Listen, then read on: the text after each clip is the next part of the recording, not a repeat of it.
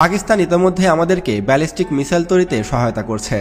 বাংলাদেশের গাজীপুরে missile factory তৈরি করতে যাচ্ছে বাংলাদেশ সেনাবাহিনী, আর সেখানে সাহায্য করবে পাকিস্তান। পাকিস্তান থেকে ইতোমধ্যেই কিছু সংখ্যক বিজ্ঞানী বাংলাদেশে আসবে এবং তারা বাংলাদেশে মিসাইল তৈরির কারখানা স্থাপন করবে। তবে এখন প্রশ্ন হলো যে বাংলাদেশ কী ধরনের এবং কোন রেঞ্জের মিসাইল তৈরি করবে।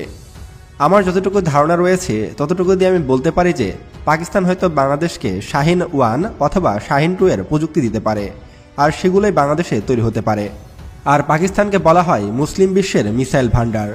পাকিস্তানের হাতেই মুসলিম বিশ্বের সবচেয়ে শক্তিশালী মিসাইলগুলো রয়েছে, যার মধ্যে রয়েছে শাহিন 1, শাহিন 2 এর মতো মিসাইল। আর এগুলোর প্রযুক্তি কিন্তু বাংলাদেশকে দিতে পারে পাকিস্তান। আর বাংলাদেশে যদি শাহিন 1 এর মতো ব্যালিস্টিক মিসাইল তৈরি হয় তাহলে তার রেঞ্জ হবে কমপক্ষে 750 থেকে 1000 কিলোমিটার। আর যদি পাকিস্তান আমাদেরকে শাহিন 2 এর প্রযুক্তি দেয় তাহলে তার রেঞ্জ হবে 1500 থেকে 2000 কিলোমিটার। আর আপনাদেরকে জানিয়ে রাখি যে এইসব মিসাইলের ভিতর যদি আমরা সাধারণ বিস্ফোরকের বদলে ইউরেনিয়াম ভরে দিই তাহলে এগুলো কিন্তু পরমাণু বোমায় রূপান্তরিত হবে।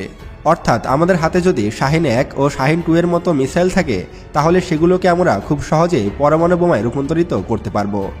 এছাড়া এসব মিসাইল দিয়ে আমরা ভারতের যে কোনো শহরে আঘাত আনতে পারবো, এমনকি ভারতের রাজধানী নয়াদিল্লিতেও আমরা আঘাত আনতে সক্ষম হব। এমনকি আমাদের প্রতিবেশী শহর ভারতের কলকাতা, সেটাকেও উড়িয়ে দিতে সক্ষম হব আমরা। তাই যতটা দ্রুত সম্ভব এখনই বাংলাদেশে এই সমস্ত মিসাইলগুলো তৈরি করা উচিত।